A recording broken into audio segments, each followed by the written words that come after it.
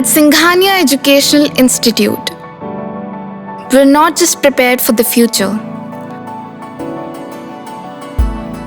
we're actively shaping it with technology and innovation. We are preparing to lead tomorrow. Singhania Educational Institute, cultivating knowledge. कुंभ मेले में माला बेचकर सुर्खियां बटोरने वाली viral girl Mona Lisa तो आपको याद ही होंगी।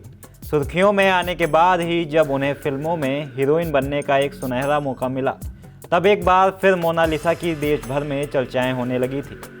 कुछ ही पल के बाद जब उनकी शादी हुई तो वह फिर सुर्खियों में आ गई। मोनालिसा को फिल्म में काम देने वाले डायरेक्टर सनोज मिश्रा पर मोनालिसा ने आरोप लगाया, तब फिर सुर्खियों में आ गई। लेकिन एक वायरल तस्वीर, एक कथित शादी और फिर सामने आया कानून को हिला देने वाला सच। जिस कुंभ वायरल गर्ल को लेकर सोशल मीडिया पर तरह तरह की चर्चाएं थी, अब उसी मामले में बड़ा कानूनी खुलासा हुआ है। राष्ट्रीय अनुसूचित जनजाति आयोग की जांच में सामने आया कि शादी के समय लड़की नाबालिग थी और उसके दस्तावेज भी फर्जी पाए गए हैं। मामला अब पॉक्सो एक्ट, एट्रोसिटी एक्ट और अंतर्राज्यीय जाँच के दायरे में पहुँच चुका है। नमस्कार, आप देख रहे हैं इंडिया और मैं हूं आपके साथ प्रशांत कुमार। दरअसल यह पूरा मामला मध्य प्रदेश के महेश्वर और केरल से जुड़ा हुआ है, जहां एक शादी को लेकर शुरू हुई कहानी अब गंभीर आपराधिक जांच में बदल चुकी है। राष्ट्रीय अनुसूचित जनजाति आयोग के अध्यक्ष अंतर सिंह आर्य के नेतृत्व में हुई जाँच में कई अहम दस्तावेज खंगाले गए। जाँच के बाद यह दावा सामने आया कि मोनालिसा की उम्र शादी के समय मात्र 16 साल 2 महीने थी। जांच रिपोर्ट के अनुसार लड़की का जन्म 30 दिसंबर 2009 बताया गया और 11 मार्च 2026 को केरल में उसका विवाह कराया गया था। यानी दस्तावेजों के मुताबिक शादी के समय वह बालिग नहीं थी। आयोग की जांच में यह भी सामने आया कि नगर पालिका महेश्वर से जारी एक जन्म प्रमाण पत्र का इस्तेमाल कर उम्र को गलत तरीके से दर्ज किया गया।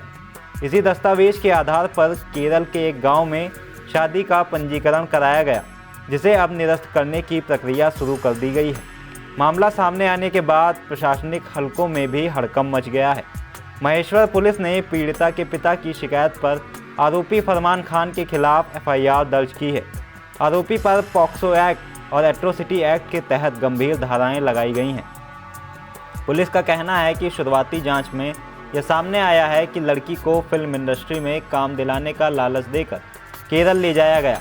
पीड़िता के परिवार का आरोप है कि आरोपी ने शूटिंग के दौरान संपर्क बनाया और धीरे धीरे भरोसा जीतकर बेटी को फिल्म में बड़ा रोल दिलाने और करोड़ों कमाने का झांसा दिया।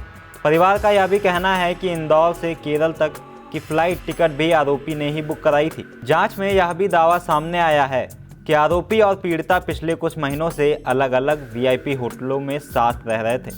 हालांकि पुलिस और जाँच एजेंसियाँ इस पूरे घटनाक्रम की स्वतंत्र रूप से पुष्टि कर रही हैं। अब इस मामले में सिर्फ शादी या धोखाधड़ी ही नहीं, बल्कि एक बड़े नेटवर्क की जांच की जा रही है।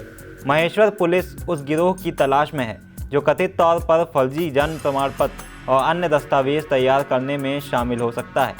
मामले की गंभीरता को देखते हुए राष्ट्रीय अनुसूचित जनजाति आयोग ने बड़ा कदम उठाया है। आयोग ने मध्य प्रदेश और केरल के पुलिस महानिदेशकों डीजीपी को दिल्ली तलब किया और 22 अप्रैल 2026 को पेश होने के निर्देश दिए हैं। अंतर सिंह आर्य की अध्यक्षता में आयोग ने दोनों राज्यों की पुलिस को हर 3 दिन में जांच रिपोर्ट सौंपने का आदेश भी दिया है। जांच एजेंसियां अब इस पूरे मामले को लेकर विवाह तक सीमित नहीं मान रही हैं।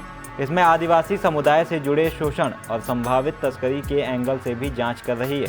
कुछ आरोपों में राजनीतिक और संगठित नेटवर्क की बात भी सामने आई है, लेकिन फिलहाल किसी भी एजेंसी ने इसकी आधिकारिक पुष्टि नहीं की है।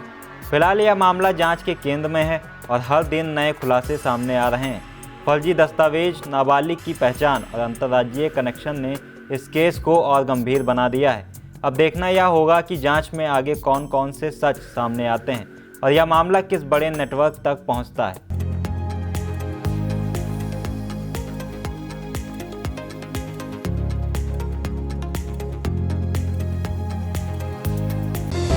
Sagar School is a place where we ponder our kids with care and creativity. We provide students the room to explore their imaginations and enhance their education.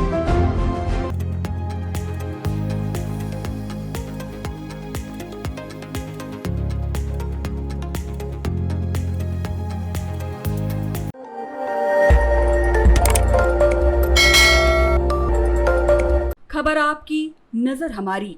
देखते रहिए आई इंडिया।